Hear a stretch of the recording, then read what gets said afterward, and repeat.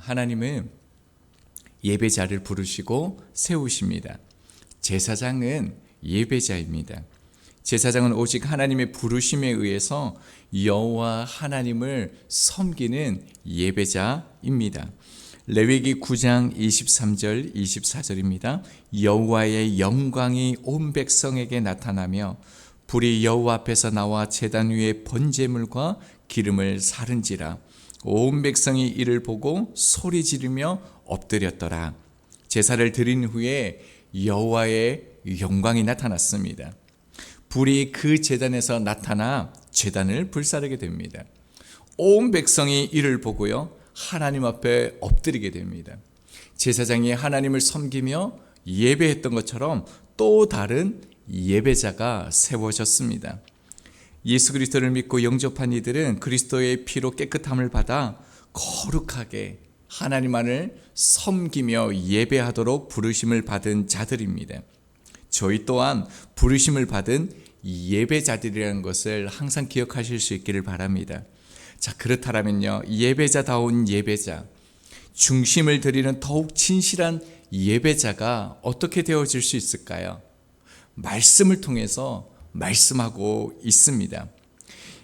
첫 번째로 1절에서 3절 말씀을 보면요, 위임식을 위한 그 제물에 대해서 하나님께서 말씀하십니다. 저희들이 이것이 어떠한 의미가 있는지는 지난 시간에 살펴보았는데요, 오늘은 이 말씀이 어떤 것을 우리에게 의미하는지를 살펴보려고 합니다. 1절을 보면요, 모세가 아론과 그의 아들들이 제사장의 직분을 위임하기 위해서 수소 한 마리와 흠없는 수양 2마리를 취하라라고 말씀하십니다. 자, 중요한 것이 무엇입니까? 그들을 거룩하게 할 일. 제사장은 하나님을 예배하는 역할이기 때문에 거룩하기 위해서, 하나님 앞에 서기 위해서 합당히 준비해야 되는 모습이 있다는 겁니다. 그것이 하반절에요, 어린 수소 하나와 흠없는 수양 2를 택하고 라고 얘기합니다. 흠없는 짐승을 준비해야 하는 과정이 예배자에게 필요합니다. 그렇다면 왜 흠이 없는 짐승을 준비해야 합니까? 10절을 보면요, 짐승에게 안수해서 잡습니다. 나의 죄를 대신해 제사를 짐승을 통해서 드리는 것입니다. 여러분, 우리가요, 흠이 없으면 흠 없는 짐승을 구해올 필요가 없습니다. 이 말씀에는 어떤 전제가 있는 겁니까? 제사장으로 섬기기에 흠이 있다라는 겁니다. 여호와 하나님을 예배하는 것에 우리에게는 흠이 있다라는 것을 전제하는 것입니다. 우리의 흠이 있음을, 거룩하지 못함을 드러내는 것이죠. 그래서 하나님이 받으시는 예배가 되기 위해서는 흠없는 짐승을 준비해야 하는 과정이 필요한 것입니다. 2절에도 준비해야 할 것이 있는데요, 무교병, 누력 없는 빵이죠. 무교과자, 무교전병을 준비합니다. 근데 이것을 만들 때에 고운 밀가루로 만들어라 라고 얘기하고 있습니다. 고운 밀가루로 만든다는 것은요, 마음을 다하는 겁니다. 뜻을 다하는 거고 힘을 다해 준비하는 과정을 말하는 것입니다. 신명기 6장 5절 말씀입니다. 너는 마음을 다하고 뜻을 다하고 힘을 다하여 내 하나님 여호와를 사랑하라 라고 말씀하십니다. 이것이 하나님 앞에 예배하는 예배자들의 과정이라는 거죠. 그래서 3절 말씀을 보면요, 그것들, 즉 무교떡 3가지를 만들어 한 바구니에 담고요, 그것들을 바구니에 담은 채로 그 수송아지와 수양 2마리와 함께 하나님께 가져오는 과정이 예배자의 과정이다라고 말씀합니다. 자, 그렇다면요, 이것이 우리에게 지금 의미하는 것이 무엇일까요? 제물을 준비하고요, 고운 밀가루로 온 정성을 다해서 하나님 앞에 준비하는 과정이 무엇이겠습니까? 회개입니다. 하나님, 제게 흠이 있습니다. 하나님 앞에 설 수가 없습니다. 하나님, 거룩하지 않습니다. 이것을 인정하는 것이 회개입니다. 그래서 회개는 어떻게 해야 됩니까? 온 마음과 뜻과 힘을 다하여서 재물을 준비하는 것 같이 그렇게 하나님 앞에 회개하는 것입니다. 시편 50편에 다윗이 밧세바와 동침한 후 그가 고백한 기도의 내용을 보면요, 1절에 죄악이라고 고백합니다. 2절에도 죄악, 죄, 3절에도 죄과 죄, 4절에도 범죄, 악을 행함 등 각 절마다 그 죄에 대해서 흠이 있음을, 거룩하지 않음을 고백하는 기도가 나옵니다. 그뿐만이 아니라 5절로 가면요, 죄 중에 태어났다라고 말합니다. 자신의 본질이 죄 덩어리라라고 고백하는 것입니다. 다윗은 이처럼 자신이 죄인인 것을 처절하게 절감하고 난 후에, 회개하고 난 후에요, 자기의 삶이 성결하기 위하여 이렇게 기도하며 요청합니다. 시편 51편 10절 11절입니다. 하나님이여, 내 속에 정한 마음을 창조하시고 내 안에 정직한 영을 새롭게 하소서. 나를 주 앞에서 쫓아내지 마시며 주의 성령을 내게서 거두지 마소서. 다윗은 내 안에 선한 것이 진실함이 없다라는 것을 절실하게 깨달았습니다. 그래서 진정한 회개는요, 내 안에 하나님께서 새로운 영을 창조해 주시지 않으면 저는 희망이 없습니다. 예배할 수 없습니다. 하나님 앞에 나아갈 수 없습니다 라고 고백하는 것입니다. 다윗이 이렇게 철저하게 회개하면서 깨달은 아주 중요한 말씀이 나옵니다. 그것이 시편 51편 17절입니다. 하나님께서 구하시는 제사는 상한 심령이라. 하나님이여, 상하고 통회하는 마음을 주께서 멸하지 아니하시리이다. 철저히 죄를 깨달으면서 다윗이 깨달은 은혜가 무엇입니까? 하나님을 만나는, 예배하는 유일한 길이 무엇이라는 겁니까? 상한 심령이라는 겁니다. 상하고 통회하는 마음, 회개하는 마음이라는 겁니다. 하나님께서 이러한 회개의 기도를 기뻐하십니다. 하나님과의 관계의 회복이 회개의 기도입니다. 이것이 예배자가 하나님 앞에 그 임재 가운데 서는 방식인 것을 알게 됩니다. 자, 그리고 난 다음에 4절로 이렇게 말씀하죠. 모세는 먼저 아론과 그의 아들들을 회막문에서 물로 씻긴다라고 말합니다. 출애굽기 30장 17절과 21절을 보면요, 번제단과 성소 사이에 있는 물두멍에서 씻은 것을 알 수가 있습니다. 자, 이 씻음은요, 제의적이고 의식적인, 상징적인 씻음을 말합니다. 즉, 물두멍에서 물로 씻는다는 의미는요, 그리스도의 부활하심과 연합되어지는 세례를 예표하는 것입니다. 누가복음 3장 3절입니다. 요한이 요단강 부근 각처에 와서 제사함을 받게 하는 회개의 세례를 전파하니, 세례 요한은요, 회개한 자들에게 회개의 세례를 선포했다, 주었다라고 말하고 있습니다. 세례의 뜻은요, 죄를 씻는다라는 것입니다. 세례를 누가 받을 수 있습니까?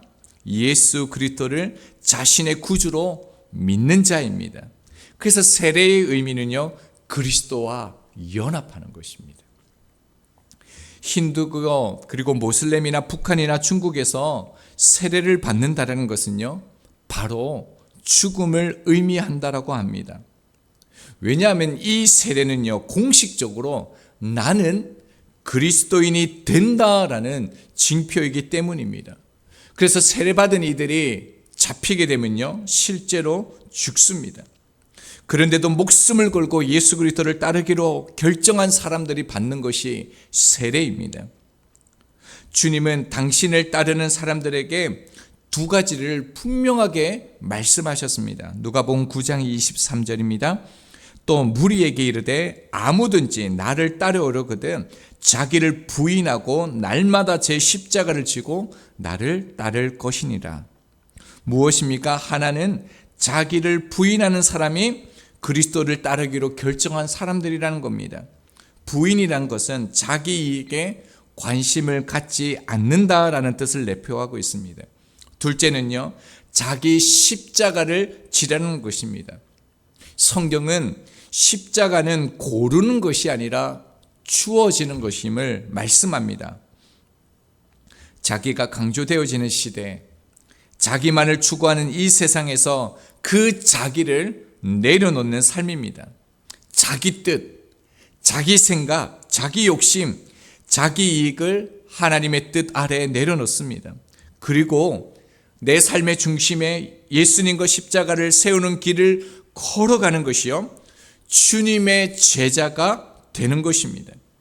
그러니까 무엇입니까? 세례받는 거, 물로 씻긴다라는 것은요, 나는 죽고 이제는 예수로 사는 사람, 예수님을 모시고 사는 사람이 하나님이 받으시는 예배자라는 것을 하나님께서 이 구약의 제사장의 그 위임을 통해서 우리 가운데 말씀해 주신다는 것입니다. 자, 그리고요, 5절과 6절 말씀을 보면 모세는 의복을 가져다가 아론에게 입히죠. 속옷, 그리고 겉옷, 에봇과 흉패, 그리고 에봇의 허리띠, 그리고 그의 머리에는 관을 씌웁니다. 제사장의 옷은 예수 그리스도를 상징합니다. 마지막 의복이요, 관을 씌우는데요, 이마의 그 전면에는 여호와의 성결이라 적힌 성패가 부착되었습니다. 여호와의 성결이 무엇입니까? 이 여호와의 성결은 구별과 분리를 뜻하는 것입니다. 사무엘라 1장 10절입니다. 그가 엎드려진 후에 살 수 없는 줄을 알고 내가 그의 곁에 서서 죽이고 그의 머리에 있는 왕관과 팔에 있는 고리를 벗겨서 내 주께로 가져왔나이다 하니라. 여러분, 이 성결이 나타난 단어가 이 말씀에서요, 왕관과 같은 뜻입니다. 그리고 이 왕관이 어디에서 쓰여진 줄 아십니까? 민수기 6장 19절입니다. 자기 몸을 구별한 나실인이 그의 머리털을 민 후에 제사장이 삶은 숫양의 어깨와 광주리 가운데 무교병 하나와 무교전병 하나를 취하여 나실인의 두 손에 두고라고 말하고 있습니다. 왕관과 같은 단어가요, 나실인입니다. 그러니까 여러분, 성결이 무엇이라는 겁니까? 나실인과 같은 삶이라는 겁니다. 나실인이란 하나님을 위해 거룩하게 구별된 사람을 일컫는 말입니다. 민수기 6장 8절입니다. 자기의 몸을 구별하는 모든 날 동안 그는 여호와께 거룩한 자니라.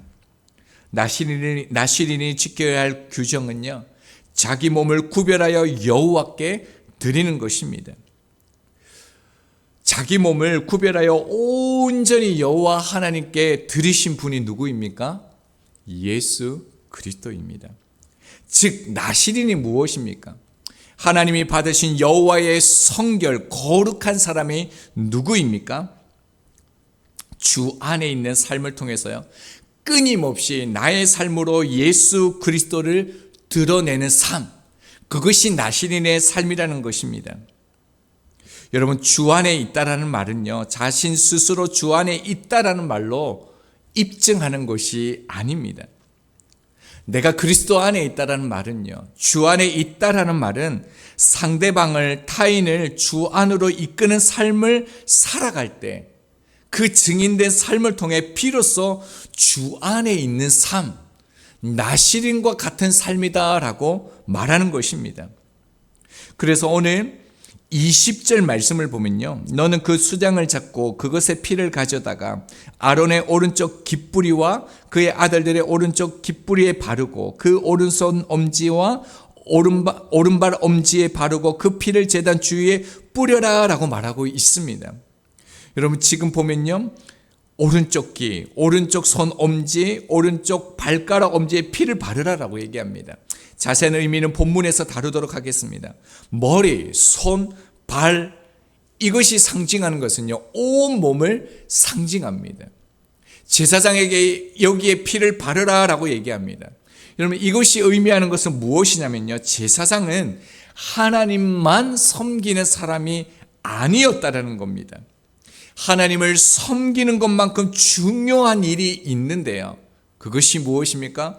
온 몸을 다하여서 타인, 상대방, 그러니까 이스라엘 백성들이 여호와 하나님 앞으로 나오도록 섬기고 사랑하는 것이라는 것입니다.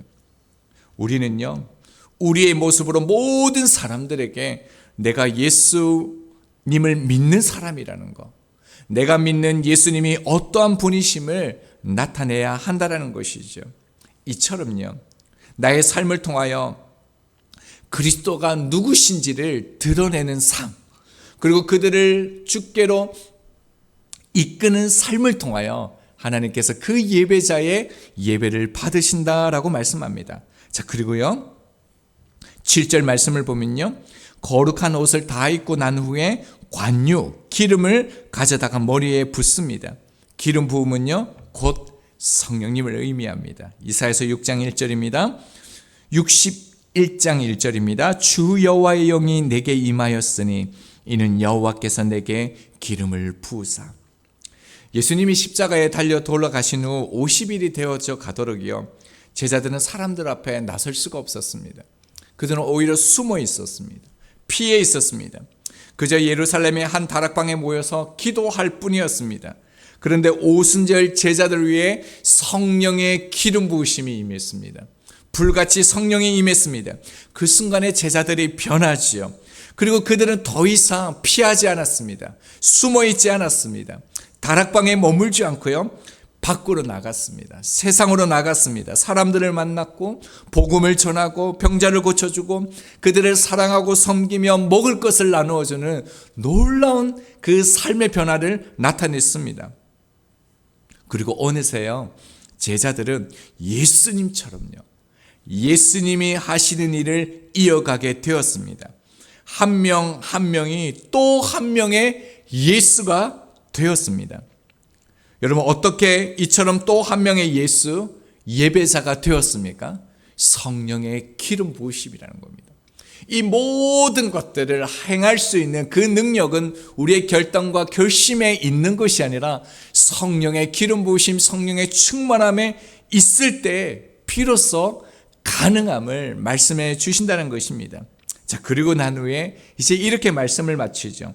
8절과 9절을 보면요, 이제 아들들, 제사장들에게도 반포 속옷을 입고 띠를 매게 합니다. 자, 이렇게 끝이 나면서 9절 하반절에 보면요, 위임하여 거룩하게 할지니라 라고 말씀하고 있습니다. 위임하여, 이 그 단어를 직역하면요, 손에 가득 채우란 뜻입니다. 특이한 단어죠. 그러니까 제사장 위임식의 결론은요, 그들의 손에 가득 채워 거룩하게 하는 것으로 끝이 난다는 겁니다. 자, 그렇다면 그들의 손에 가득 채워야 할 거룩한 것이 무엇입니까? 여러분, 우리 손에 거룩하게 채워야 될 것은 예수 그리스도라는 겁니다. 우리 손에 가득 채워야 될 것은 예수 그리스도로 채우는 것, 그것이 제사장 위임이라는 것입니다. 이제 더 이상 성전은요, 건물이 아닙니다. 주님이 내 안에 계셔 성령을 모셔드린 우리의 몸과 마음이 성전입니다. 우리가 함부로 살 수 없는 것은 그 때문입니다. 우리 안에 예수 그리스도가 계시는 것이죠. 내가 있는 자리에서 예수 그리스도 안에 살려고 몸부림 쳐야 합니다. 내 인생의 길에 세상의 수많은 소리가 들리지만 주님께서 살기를 원하시는 곳만 하고요, 주님이 원하시는 곳으로만 가기로 결정하고 몸부림치며 순종하는 삶, 그렇게 살아가는 삶, 그것이 하나님이 찾으시는 그 한 사람 예배자입니다. 손에 가득 채운 예수 그리스도의 삶이죠.